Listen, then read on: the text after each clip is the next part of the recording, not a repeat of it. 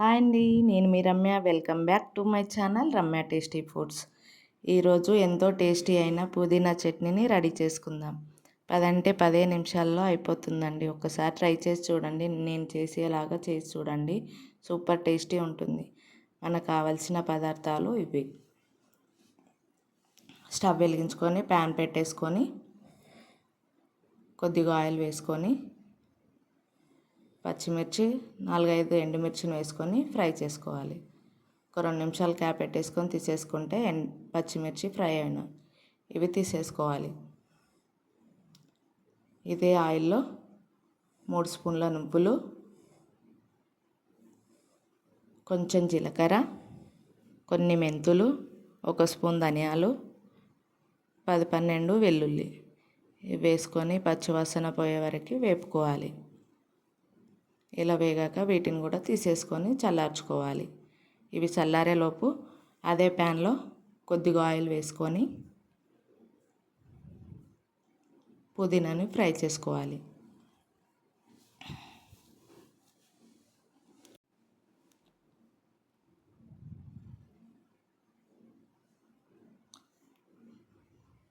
ఓ 2 నిమిషాలు క్యాప్ పెట్టేసుకొని ఫ్రై చేసుకుంటే తొందరగా ఫ్రై అవుతుంది.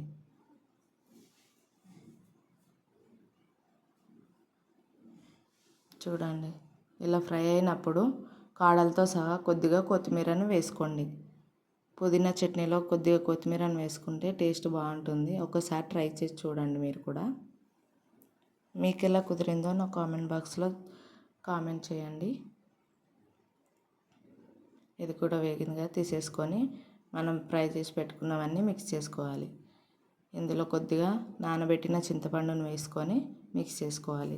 అలానే పుదీనాను కూడా వేసుకొని మనం చింతపండు నానబెట్టిన వాటర్ ఉంది కదా, ఆ వాటర్ని వేసుకొని మిక్సీ చేసుకోవాలి. ఇలా మిక్సీ పట్టుకున్న తర్వాత కొద్దిగా మనకు సరిపడినంత సాల్ట్ని వేసుకొని మరొకసారి మిక్సీ పట్టుకుంటే మన పుదీనా చట్నీకి పేస్ట్ రెడీ. పుదీనా చట్నీకి కావాల్సిన పోపును రెడీ చేసుకుందాం. స్టవ్ వెలిగించుకొని ప్యాన్ పెట్టుకొని పోపుకు సరిపడినంత ఆయిల్ వేసుకోవాలి.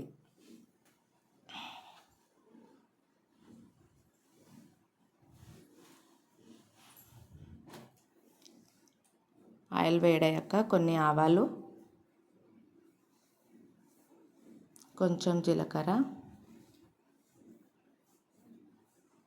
కొంచెం శనగపప్పు, మినపగుళ్ళు ఉంటాయి కదండి, అవి వేసుకోండి.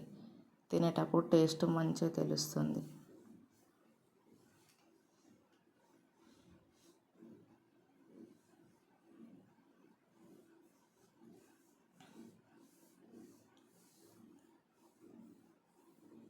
ఇందులోనే 4-5 ఎండుమిర్చి వేసుకోండి.